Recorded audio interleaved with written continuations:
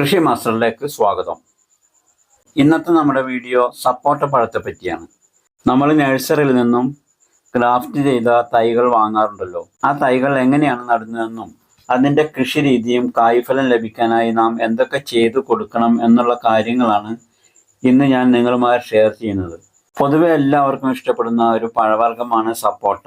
സപ്പോട്ടയ്ക്ക് ശരിക്കും കായ്ക്കുന്നതിനായി ഒരു സീസൺ ഒന്നുമില്ല. നല്ല ഇനം തൈകളാണെങ്കിൽ എപ്പോഴും അതിൽ നിന്നും കായ്കൾ കിട്ടിക്കൊണ്ടിരിക്കും. അതുകൊണ്ട് തന്നെ നമ്മുടെയൊക്കെ വീടുകളിൽ വളർത്തേണ്ടുന്ന ഒരു ഫലവൃക്ഷമാണ് സപ്പോട്ട. ഇതാണ് ഞാൻ നഴ്സറിയിൽ നിന്ന് വാങ്ങിയ സപ്പോട്ടയുടെ തൈ. ഞാനിത് മണ്ണുത്തി അഗ്രികൾച്ചറൽ യൂണിവേഴ്സിറ്റിയിൽ നിന്നാണ് വാങ്ങിയത്. ഇത് ഗ്രാഫ്റ്റ് ചെയ്ത തൈയാണ്. ചെറുപ്പത്തിൽ തന്നെ ഇതിൽ സപ്പോട്ട ഉണ്ടായിട്ടുണ്ട്.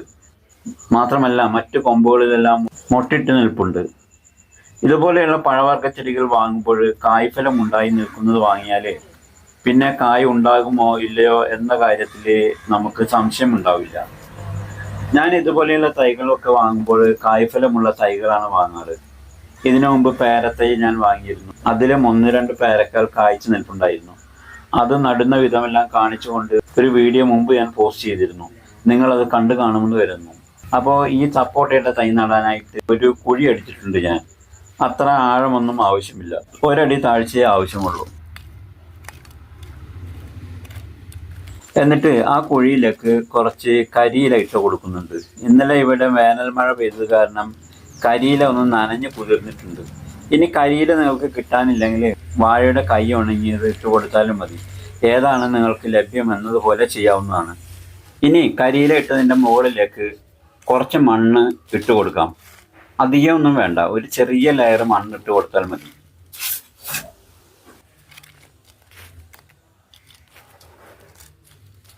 ഇനി ഞാൻ ഇതിലേക്ക് കുറച്ച് ട്രൈക്കോഡർമ സമ്പുഷ്ടീകരിച്ച ചാണകപ്പൊടി ഇട്ട് കൊടുക്കുന്നുണ്ട്. എൻ്റെ സ്ഥലം തൃശ്ശൂർ ടൗണിൽ തന്നെ ആയതുകൊണ്ട് വളങ്ങളും വിത്തുകളും കീടനാശിനിയുമൊക്കെ മണ്ണുത്തി യൂണിവേഴ്സിറ്റിയിൽ നിന്ന് തന്നെയാണ് ഞാൻ വാങ്ങാറ്.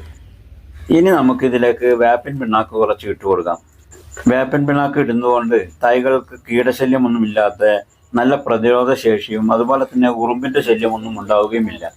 ഇനി മൂന്നാമതായി ഇതിലേക്ക് കുറച്ച് കടലപ്പിണ്ണാക്ക് കൂടി ഇട്ട് കൊടുക്കുന്നുണ്ട്. അപ്പോൾ കുഴിയിലേക്ക് നമ്മൾ ആദ്യം കരിയില ഇട്ട് കൊടുത്തു, പിന്നെ രണ്ടാമതായി ചാണകപ്പൊടി, മൂന്നാമതായി വേപ്പിൻ പിണ്ണാക്ക്, അത് കഴിഞ്ഞ് നാലാമതായിട്ട് കുറച്ച് കടലപ്പിണ്ണാക്ക്. ഇത്രയുമാണ് നമ്മൾ ഇട്ട് കൊടുത്തത്.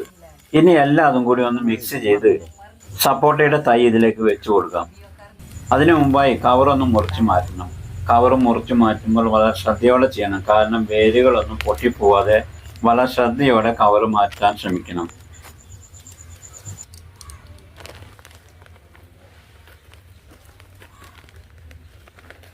വേരൊന്നും പൊട്ടാതെ സൂക്ഷിച്ച് വേണം കവർ മാറ്റാനായിട്ട്. ഇനി കുഴിയുടെ നടുവിലേക്ക് വെച്ച് ഈ തൈ കുഴിയുടെ നടുവിലേക്ക് വെച്ച് മണ്ണ് ചുറ്റുഭാഗത്തും ഇട്ട് കുഴി ഫില്ല് ചെയ്യണം. നമ്മൾ തൈകൾ നടുമ്പോൾ പ്രധാനപ്പെട്ട ഒരു കാര്യം ശ്രദ്ധിക്കേണ്ടത്, അതായത് തൈ കുഴിയിലേക്ക് നടുമ്പോൾ ഒരു കാരണവശാലും ബഡ് ചെയ്ത ഭാഗം മണ്ണ് മൂടി പോകരുത്. നമ്മൾ തൈ വാങ്ങിക്കുമ്പോൾ കവറിൽ എവിടെ വരെയാണോ മണ്ണുണ്ടായിരുന്നത് അതേപോലെ തന്നെ അത്ര തന്നെ മണ്ണ് ഇടാനേ പാടുള്ളൂ. ബഡ് ചെയ്തതാണെങ്കിലും ക്രാഫ്റ്റ് ചെയ്തതാണെങ്കിലും ആ ഭാഗത്ത് മണ്ണ് മൂടി പോകരുത്. മണ്ണിൻ്റെ അടിയിലേക്ക് പോയ ഭാഗം മറ്റേതെങ്കിലും ചെടിയുടേതായിരിക്കും. ആ ഒരു ചെടിയിലാണ് ഇത് ബഡ് ചെയ്തിട്ടുണ്ടാവുക. അപ്പോൾ ബഡ് ഭാഗം മൂടി പോവാതെ മണ്ണിട്ട് കൊടുക്കുകയാണ് വേണ്ടത്. ഇനി ഒരു 1-1.5 മാസം ആകുമ്പോൾ ഏതെങ്കിലും വളമിട്ട് കൊടുക്കാവുന്നതാണ്. അപ്പോൾ ഇതൊക്കെയാണ് സപ്പോട്ട തൈ നടുന്ന വിശേഷങ്ങൾ. അപ്പോൾ നിങ്ങളും ഇതേപോലെ പെട്ടെന്ന് കായ്ക്കുന്ന ഫലവൃക്ഷ തൈകൾ വാങ്ങി വെക്കാൻ ശ്രമിക്കുക. വീഡിയോ നിങ്ങൾക്ക് ഇഷ്ടമായാൽ കൃഷിയുമായി ബന്ധപ്പെട്ട സുഹൃത്തുക്കൾക്ക് ഷെയർ ചെയ്യാൻ മറക്കരുത്. ഇനി മറ്റൊരു കൃഷി ടിപ്സുമായി വീണ്ടും കാണാം. Okay, thank you.